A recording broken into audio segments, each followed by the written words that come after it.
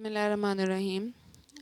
Last time हमने linear combination की definition के बारे में पढ़ा था और लीनियर स्पैन के बारे में पढ़ा था। ठीक है, फिर हमने लीनियर स्पैन के से रिलेटेड जो है वो एक थ्योरम किया था कि जो लीनियर स्पैन हमारे पास आता है वेक्टर्स का, वो एक सबस्पेस बनाता है और वो जो सबस्पेस होती है वो क्या होती है कि वो एक स्मॉलेस्ट सबस्पेस है जो कि इन्हीं वेक्टर्स को कंटेन करती है। ठीक है, तो हमने उसकी नोटेशन भी पढ़ी थी कि linear span of vectors v1 v2 so on vn, उनको हम इस तरह शो करते हैं v1 v2 so on vn। ठीक है, तो अगर हम ये जो v1 v2 so on vn vectors हैं, इनको मैं इतने ज़्यादा वेक्टर्स लिखने की बजाय मैं इसको किसी एक सेट का नाम दे दूँ कि ये एक सेट में पड़े हुए वेक्टर्स हैं v2 v3 and so on vn। ठीक है, तो अगर मैं अब एल ऑफ दिस वन की जगह पर एल ऑफ एस यूज़ कर लूँ तो ये क्या होगा, मेरे पास ये लीनियर स्पैन ऑफ एस बन जाएगा। ठीक है, कुछ भी लिख लें, लीनियर स्पैन ऑफ वेक्टर्स बोल रहे हैं, लीनियर स्पैन ऑफ एस बोल रहे हैं, इससे कोई फ़र्क नहीं पड़ता क्योंकि अब हमने उन्हीं वेक्टर्स को एक एस सेट का नाम दे दिया है। ठीक है, तो इसके अलावा मतलब आप एल ऑफ एस को इस तरह भी लिख सकते हैं। ठीक है, अब इसका जहाँ पर ये नोटेशन कहीं पर यूज़ हो और आप देखें कि ये वाली नोटेशन यूज़ हो या फिर L O v1 v2 so on vn वाली नोटेशन के यूज़ हो, तो इनका यही मतलब है कि आपने यहाँ पे लीनियर स्पैन फाइंड आउट करना है इन वेक्टर्स का। अब यहाँ पर लीनियर, इसका मतलब है कि आपने लीनियर स्पैन ऑफ एस निकालना है, इसका मतलब है लीनियर स्पैन ऑफ एस निकालना है, इसका मतलब है linear span of these vectors निकालना है। ठीक है, अच्छा अब हम एक रोलरी की तरफ चलते हैं। हाँ, इससे पहले एक बात आपको बता दूं कि जो हमारे पास, इसको तो हम बोलते हैं ना लीनियर स्पैन, इस वाली चीज़ को हम बोलते हैं लीनियर स्पैन।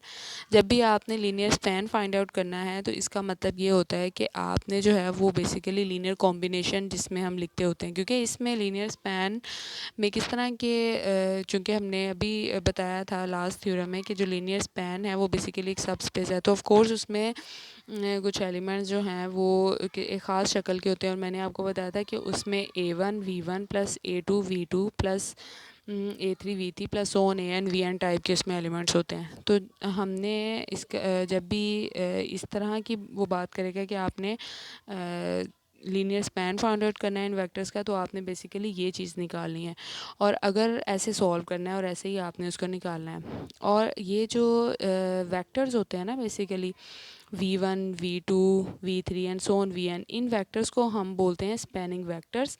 और अगर ये इसको हम किसी एक सेट एस से शो कर रहे हैं तो फिर ये जो सेट एस होगा ये स्पैनिंग सेट होगा। तो ये जो मैंने अभी आपको कुछ नोटेशंस बताई हैं, इनको आप अच्छे से अपने माइंड में रख लीजिएगा, याद रख लीजिएगा इनको। नेक्स्ट क्रोलरी करते हैं। उसने कहा है कि if S T are the subsets of V, अगर एक वी वेक्टर स्पेस है, ठीक है, और एस और टी जो हैं वो उसके कोई सबसेट हैं, ठीक है, और अगर एस वाला सबसेट टी का सबसेट होगा तो इम्प्लाइज करता है कि लीनियर स्पैन ऑफ एस जो है वो लीनियर स्पैन ऑफ टी का सबसेट होगा। ठीक है, तो ये बस एक छोटी सी बात थी, ये एमसीक्यूज़ के तौर पर आ सकती हैं, तो इस तरह की चीज़ें आप याद रखा करें। डेफिनेशन है, एक बहुत इंपॉर्टेंट डेफिनेशन है फाइनाइट डायमेंशनल की, कि एक वेक्टर स्पेस को हम फाइनाइट डायमेंशनल का बोलते हैं और इनफाइनाइट डायमेंशनल का बोलते हैं। A vector space V is said to be a finite dimensional if there exists a subset S in V such that कि जो V है वो बराबर है लीनियर स्पैन ऑफ S के। एक वेक्टर स्पेस V जो है ना वो फाइनाइट डायमेंशनल कब होता है, अगर हमें उसी वेक्टर स्पेस का एक ऐसा फाइनाइट सबसेट मिल जाए कि वो जो सबसेट है वो पूरी की पूरी वेक्टर स्पेस को जनरेट कर दे। इसका यही मुराद है ना, लीनियर स्पैन ऑफ एस, यानी कि उस एस का लीनियर स्पैन वी के बराबर आ जाए। यानी कि क्या मतलब है, वी का हर एलिमेंट इन ये जो सेट एस में वेक्टर्स पड़े हुए हैं इन वेक्टर्स के लीनियर कॉम्बिनेशन में लिखा जाए। क्योंकि आपको पता है कि इस सेट में तो वही एलिमेंट्स लिखे गए हैं ना, इस सेट में वही एलिमेंट्स रखे गए हैं जो कि लीनियर कॉम्बिनेशन की फॉर्म के होते हैं। ठीक है, और लीनियर कॉम्बिनेशन किसका किसके साथ होता है, लीनियर कॉम्बिनेशन का इस एस वाले जो एलिमेंट्स हैं उनके साथ दिया जाता है। तो यहाँ पर फिर इसका क्या मतलब होगा कि जो वी वेक्टर है आपके पास बेसिकली वो ये जो S spanning set spanning linear span है इसके बराबर है। मतलब यह है कि वी का हर वेक्टर इस वेक्टर के इस सेट के लीनियर कॉम्बिनेशन में लिखा जाएगा। ठीक है, इसके लीनियर कॉम्बिनेशन में लिखा जाएगा। अच्छा, अब अगर हमें कोई ऐसा सबसेट ना मिल सका कि वी का कम से कम एक एलिमेंट भी अगर रह जाए जो कि जो कि हमारे पास सबसेट एस था उन वेक्टर्स के लीनियर कॉम्बिनेशन में ना लिखा जाए, तो फिर जो वी होती है वो इनफाइनाइट डायमेंशनल स्पेस होती है। ठीक है, एक एग्जांपल है, उसको देखते हैं। अब यहाँ पर जो वेक्टर स्पेस दी है उसने आर क्यूब ली है। मैंने आपको पहले भी बताया था कि आर क्यूब का क्या मतलब होता है कि उसमें 3 टुपल्स होते हैं। ठीक है, और let S be the subset consisting of vectors. S एक सबसेट है किसका, वेक्टर स्पेस वी का ही, तो उसमें भी जो एलिमेंट जो हैं वो आर क्यूब के ही होंगे, लेकिन वो एक फाइनाइट सबसेट है। ठीक है, तो ये क्योंकि हमें ऊपर डेफिनेशन में दिया हुआ है कि जो आपने सबसेट एस लेना है वो फाइनाइट होना चाहिए, ये हमने फाइनाइट सबसेट ले लेना है। ठीक है, अब वो उसमें वो सबसेट है। अब देखें, मैं एक ऐसा सबसेट ले लेती हूँ। ठीक है, उसमें मैंने एलिमेंट्स रखा, एक E1 रखा, एक E2 रखा, एक E3 रखा। ठीक है, अब E1 बेसिकली क्या है, E1 मेरे पास है 1 0 0, E2 मैंने क्या लिया है 0 1 0, E3 मैंने क्या लिया है 0 0 1। ये मैंने 3 एलिमेंट्स लिए थे वेक्टर स्पेस में से, जो कि अब सेट एस में पड़े हुए हैं, और सेट एस जो है वो एक सबसेट है किसका, वेक्टर स्पेस का, वी का, यानी कि आर क्यूब का। अब हमने क्या करना है, अब हमारा यही टारगेट है ना कि हम ये शो करें कि ये बताएं कि क्या ये जो है वो vector space v is equal to R cube, क्या ये फाइनाइट डायमेंशनल है कि नहीं है। तो फिर हम क्या करेंगे, अब हम यही शो करेंगे ना कि जो आर क्यूब है वो किसके बराबर आ जाए, वो एस के बराबर आ जाए। तो हम लीनियर स्पैन ऑफ एस के बराबर आ जाए। तो अब हम क्या करेंगे, अब हम यही शो करेंगे कि इसका हर एलिमेंट, इसको इसका सबसेट प्रूफ कर देते हैं और इसको इसका सबसेट प्रूफ कर देते हैं। तो उसके लिए क्या करेंगे कि हम आर क्यूब में से एक एलिमेंट लेंगे और वो शो करेंगे कि लीनियर स्पैन ऑफ एस में चला गया है। फिर लीनियर स्पैन ऑफ एस में से एक एलिमेंट लेंगे और शो करेंगे कि वो आर क्यूब में चला गया है। ठीक है, ये दो चीज़ें हम शो कर सकते हैं इक्वालिटी प्रूफ करने के लिए। अच्छा, अब आगे आ जाए। अब पहले हम क्या बताएंगे कि जो लीनियर स्पैन ऑफ एस है वो आर क्यूब का सबसेट है कि नहीं है। तो पहले हम लीनियर स्पैन ऑफ एस को प्रूव करेंगे कि वो सबसेट है आर क्यूब का। उसके लिए हम क्या करेंगे, उसके लिए हम लीनियर स्पैन ऑफ एस में से एक एलिमेंट उठाएंगे और शो करेंगे कि वो आर क्यूब में जाता है। ठीक है, तो अब देखें, देन ये जो हमारे पास लीनियर स्पैन ऑफ एस है contains all vectors of the form. अब हमें पता है कि लीनियर स्पैन ऑफ एस में एलिमेंट किस तरह के होते हैं, उसमें होते हैं A1 E1 plus A2 E2 plus A3 E3, यही टाइप के एलिमेंट है ना उसमें। ये जो E1 E2 E3 है वो एस में पड़े हुए हैं, तो अब हम उसको इस तरह लिख देंगे जैसे उन्होंने लिखा हुआ है। ठीक है, अब जब हम इसको सॉल्व करेंगे E1 E2 E3 की वैल्यू लगाएंगे तो हमारे पास ये आंसर आता है। अब ये जो आंसर आया है A1 A2 A3, ये किस शक्ल का आया है, ये 3 टुपल टाइप का आया है ना। तो ये 3 टुपल टाइप का आया है, तो ये किस में चला गया, ये आर क्यूब में चला गया। इसका मतलब है आपने एक एलिमेंट जो लिया था वो किस में चला गया है, चूँकि आपने एक डेफिनेशन लगाई थी S, linear span of S की। ठीक है, और उसकी डेफिनेशन में इस तरह लिखा जाता है कोई भी एलिमेंट रखा जाए तो, और वो जब हमने सॉल्व किया तो वो ये चीज़ बन गई। तो इसका क्या मतलब हुआ कि ये जो लीनियर स्पैन ऑफ एस है वो आर क्यूब का सबसेट हो गया। अब हमने शो करना है कि जो आर क्यूब है वो लीनियर स्पैन का सबसेट है। तो देखें, आपने आर क्यूब में से कोई एक एलिमेंट लेना है, तो फ़र्ज़ करें मैं आर क्यूब में से ये एलिमेंट ले रही हूँ A1 A2 A3। अभी आपको पता है कि जब भी आपने सॉल्व करना है आपके पास एट द एंड यही एलिमेंट आना है। तो ये तो, और अभी हम सिंप्लीफिकेशन से भी सॉल्व करके हटे हैं, तो ये अगर आर्बिट्रेरी हम एलिमेंट लें, ठीक है, तो वो तो उसका सबसेट है ही लीनियर स्पैन ऑफ एस का, क्योंकि हमें तो बार बार यही मिल जाएगा ना। तो फिर हम इसको क्या कहेंगे कि ये बाय डेफिनेशन आर क्यूब जो है वो लीनियर स्पैन ऑफ एस का सबसेट है इस क्वेश्चन के अकॉर्डिंग। ठीक है, तो इसीलिए फिर वो इसका सबसेट हो गया, ये इसका सबसेट है, दोनों को कंबाइन करेंगे तो ये दोनों बराबर हैं। अब ये दोनों बराबर हैं, इसका मतलब क्या होगा कि जो आपने आर क्यूब ली है वो हमारे पास फाइनाइट डायमेंशनल है। ठीक है, ये कितनी डायमेंशन है ये नहीं अभी हम डिस्कस कर रहे हैं, हम सिर्फ ये डिस्कशन कर रहे हैं कि एक वेक्टर स्पेस जो हमने ली है वो क्या फाइनाइट डायमेंशनल है या नहीं है। अभी सिर्फ यस और नो में आंसर बताना है। ठीक है, इसी तरह एक क्वेश्चन है आगे, write the vector v is equal to 1 minus 2 5 belongs to R cube as a linear combination of the vector. उसने पूछा है के राइट करें, मतलब कि जो हमारे पास वेक्टर है ये वो इन वेक्टर्स के लीनियर कॉम्बिनेशन में लिखा जाता है कि नहीं लिखा जाता। तो हम क्या करते हैं, हम यहाँ पर चूँकि उसे वेरिफिकेशन चाहिए, कोई भी वेक्टर अगर आपने शो करना है कि वो इन वेक्टर्स के लीनियर कॉम्बिनेशन में लिखा जाता है, तो आपने बाय डेफिनेशन क्या करना है, आपने ये करना है कि लेट कर लिया कि वो यू वेक्टर है जिसको आपने चेक करना है कि आप वो वेक्टर इन वेक्टर्स के लीनियर कॉम्बिनेशन में लिखा जाता है कि नहीं लिखा जाता। तो फिर आपने क्या करना है, वो उसको ऐसे लिखना है A1 V1 plus A2 V2 plus A3 V3। ठीक है, इसको आपने ऐसे शो करना है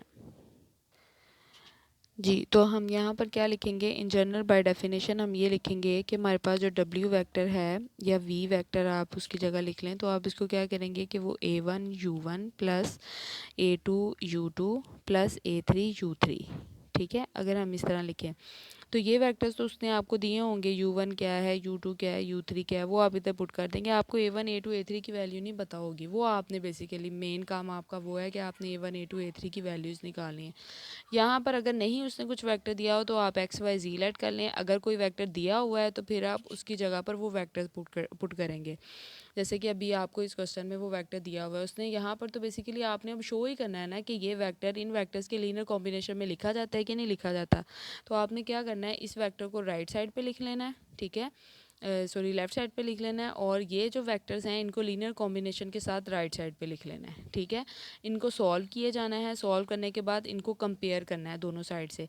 कंपेयर करने के बाद आपने यहाँ से A1 A2 A3 की वैल्यूज़ निकालनी है, जैसे यहाँ पे उसने किया हुआ है कि इन वेक्टर्स को बाय डेफिनेशन ऐसे लिखना है ना, we have to express as, हम बेसिकली ऐसे ही शो करना चाह रहे हैं ना कि जो वी वेक्टर है जो आपको दिया हुआ है वो इन वेक्टर्स के लीनियर कॉम्बिनेशन में लिखा जाता है कि नहीं लिखा जाता, या आप वो कह रहा है कि लिखें इसको। ठीक है, तो आपने इसको ऐसे लिख दिया है। ठीक है, कोई भी वेक्टर आपको अगर कहा जाए ना कि ये वेक्टर, ये वाला वेक्टर, कोई भी वेक्टर कह दिया जाए कि इन वेक्टर्स के लीनियर कॉम्बिनेशन में लिखा जाता है, आपने उस वेक्टर को दूसरी साइड पे लिखना है, और जो वेक्टर्स दिए हैं ना जिनके लीनियर कॉम्बिनेशन में आपने लिखना है, तो आप उनको इस तरह डेफिनेशन के अकॉर्डिंग लिख सकते हैं। ठीक है, देन अगला काम आपका क्या होना है कि आपने जो आपके पास वेक्टर्स दिए हुए हैं ये इनकी वैल्यूज़ पुट करनी है, इसकी भी पुट कर दें, नहीं दी हुई तो लेट कर लें XYZ है। ठीक है, तो आपने इनकी वैल्यूज़ भी लिख दी हैं दोनों तरफ। ठीक है, अब इनको सॉल्व कर लिया, A1 को अंदर मल्टीप्लाई किया, A2 को अंदर किया, A3 को अंदर किया है, मज़ीद सिंप्लीफाई किया है। तो अब दूसरी तरफ कंपैरिजन किया है।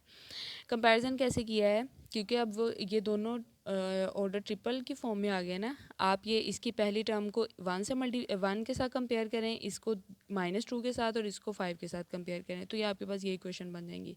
जब आप इन इक्वेशंस को सॉल्व करेंगे, ठीक है, आपको यकीनन आता होगा कि ये इन इक्वेशंस को कैसे सॉल्व करते हैं। जब आप इनको सॉल्व करेंगे तो इनका ये सोल्यूशन आएगा, A1 A2 A3 की वैल्यूज़ निकल आएंगी। अब ये वैल्यूज़ आप दोबारा अपनी इस इक्वेशन में पुट करेंगे ना, तो आप वेरीफाई करेंगे ये एग्जैक्ट इसके इक्वल आता है। ठीक है, अगर तो ये बिल्कुल भी एग्जैक्ट मैच ना करता हुआ, अगर फॉर एग्जांपल A1 की वैल्यू कुछ और आ जाती है या A2 की, यानी कि ऐसी वैल्यूज़ आती हैं कि आप जब इसको सॉल्व करते हो, इसमें पुट करने के बाद वेरीफाई करते हो, तो ये इसके बराबर नहीं आता। अगर ये इस V वाले वेक्टर के बराबर नहीं आता, तो इसका मतलब है कि ये वेक्टर इनके लीनियर कॉम्बिनेशन में नहीं लिखा जाएगा। अगर बराबर आ जाएगा तो फिर ये इन वेक्टर्स के लीनियर कॉम्बिनेशन में लिखा जाएगा। ठीक है, अगर आप ये देखें तो उसने लिखा हुआ है कि जो आपका उसकी डेफिनेशन में उसने लिखा हुआ है V की जगह पे V वेक्टर लिखा हुआ है। ठीक है, ये नीचे देखें तो V की जगह पे V वेक्टर लिखा हुआ है उसने। ठीक है, और A1 की जगह पे -6 V1 आगे लिखा हुआ है, प्लस A2 की जगह पे 3 V2 लिखा हुआ है, और A3 की जगह पे 2 और V3 लिखा हुआ है। अब अगर आप इसको नीचे वाले V1 V2 V3 की वैल्यूज़ लगा कर इसको सिंप्लीफाई करेंगे तो वो इसके इक्वल ही आएगा। अगर इसके इक्वल आएगा तो क्या होगा, हम क्या कहेंगे कि वो इनके लीनियर कॉम्बिनेशन में लिखा जाएगा, ये वेक्टर इनके लीनियर कॉम्बिनेशन में लिखा गया है। अगर नहीं होगा तो नहीं लिखा जाएगा। ठीक है, तो ये क्वेश्चन भी बहुत इंपॉर्टेंट क्वेश्चन है आपका। नेक्स्ट एक एग्जांपल है और कि एक वी हमें जो वेक्टर स्पेस दी हुई है वो बेसिकली एक पोलिनोमियल दी हुई है। ठीक है, पोलिनोमियल का पता है ना आपको कि अगर कोई भी एक्सप्रेशन हम इस फॉर्म में लिख सकें, A0 plus A1x plus A2x square plus so on plus AN XN, तो ये बेसिकली हमारे पास जो है वो n डिग्री की पोलिनोमियल होती है। अगर हमारे पास ये A0 जो ए एन है वो does not equal to zero हो, तो फिर हम इसको बोलते हैं कि एन डिग्री की पोलिनोमियल है। तो हमने यहाँ पर बताना है कि ये फाइनाइट डायमेंशनल है कि इनफाइनाइट डायमेंशनल है। तो उसके लिए हमने क्या किया है, एक सबसेट ले लिया। किसका लिया? पोलिनोमियल का लिया। ठीक है, वो मैंने ले लिया ये वाला 1x x square x cube. तो ये बेसिकली जो है ना, ये सेट ही बनते हैं जैसे कि, क्योंकि एस में क्या पढ़ा होता है, एस में ही पढ़ा होता है ना v1 v2 so on vn आपने लेना होता है। ठीक है, तो अब यहाँ पर जो उसने v1 लिया हुआ है वो बेसिकली 1 है। तो 1 भी तो एक पोलिनोमियल होती है 0 डिग्री की। ठीक है, तो अब हम v2 की बात करें तो v2 हमारे पास क्या होगा, ये भी एक पोलिनोमियल होगी, जो कि v2 यहाँ पे क्या है, अब x है, तो ये पोलिनोमियल है डिग्री 1 की। ठीक है, v3 यहाँ पर क्या है, यहाँ पर एक्स स्क्वायर है, तो ये कौन सी पोलिनोमियल होती है, ये डिग्री 2 की पोलिनोमियल होती है। इसको हम कैसे लिख सकते हैं, इसको हम ऐसे लिख सकते हैं ना, 0x प्लस 0, सॉरी, इसको हम ऐसे लिख सकते हैं 0 plus 0x plus x square. तो ये हमारे पास एक पोलिनोमियल है डिग्री 2 की, जिसको उसने यहाँ पे v3 का नाम दिया होगा। तो उसने बेसिकली अब आपको ज़्यादा सिंप्लीफिकेशन नहीं बताई, उसने इसको ऐसे ही कोमा लगा के लिख दिए हैं। ये बेसिकली कोमा लगा के सिर्फ एक्स स्क्वायर एक्स क्यूब ही नहीं लग रहे हैं, बेसिकली ये एक पोलिनोमियल है। ये एक्स स्क्वायर, ये एक्स क्यूब, ये x4, जितने भी ये पोलिनोमियल्स हैं। तो अगर आप देखेंगे तो आगे उसने लिखा हुआ है कि linear span of S is equal to V. ये वी के बराबर आ जाएगा। क्यों? क्योंकि वी का हर एलिमेंट इन्हीं वेक्टर्स के तो लीनियर कॉम्बिनेशन से बनना है। आप कोई भी वी का कोई एलिमेंट ले लें, ठीक है, वो इन वेक्टर्स को आप कंबाइन करेंगे तो उसके लीनियर कॉम्बिनेशन में जो है, तो इन वेक्टर्स के लीनियर कॉम्बिनेशन में लिखा जा सकता है। अब देखें कि v का हम कोई भी वेक्टर ले लें, ठीक है, कोई भी एक एलिमेंट ले लें, तो इन वेक्टर से को कंबाइन करके हम v का वो एलिमेंट बना सकते हैं। ठीक है, इसलिए उसने आगे लिखा हुआ है because any polynomial is a linear combination of 1 and the power of x। ठीक है, फॉर एग्जांपल अगर मैंने एक एलिमेंट लिया है उसमें से 1 plus x square plus x cube, ये मैंने एलिमेंट लिया है जो किसको बिलोंग कर रहा है, वी को। क्या ये एलिमेंट इन एस वाले एलिमेंट्स को मिला के लिखा जा सकता है? तो लिख सकते हैं हम। कैसे लिखेंगे? क्योंकि एस में तो ये सारे पड़े हुए हैं ना, तो वो लिखे जा सकते हैं। a1 a2 a3 की जगह पर कोई भी वैल्यूज़ आ सकती है ना। आपको पता है कि a1 a2 a3 की जगह पर या सो ऑन जितने भी आपके पास an आ रहे हैं, आप उनकी वैल्यू चेंज करते जाएँ तो आपके पास लीनियर कॉम्बिनेशन बदलते जाते हैं। तो आप उनकी वैल्यू चेंज करते जाएँ तो आपको बेतहाशा मिल जाएंगी। तो इसका क्या मतलब है कि वी का हर एलिमेंट इन वेक्टर्स के लीनियर कॉम्बिनेशन में लिखा जा सकता है। तो ये जो है इसके बराबर है। लेकिन अगर आप नोटिस करें तो जो आपने एस सेट लिया है वो फाइनाइट तो नहीं है, वो इनफाइनाइट है। ठीक है, इसीलिए जो v की डायमेंशन है वो क्या होगी, वो इनफाइनाइट होगी। तो यहाँ पर फिर हम कह सकते हैं कि जो पोलिनोमियल वाली वेक्टर स्पेस है, ये जो है इसकी ये फाइनाइट डायमेंशनल है। A vector space which is not finite dimensional is called the no infinite dimensional, और जो p ऑफ x है वो एक इनफाइनाइट डायमेंशनल वेक्टर स्पेस है।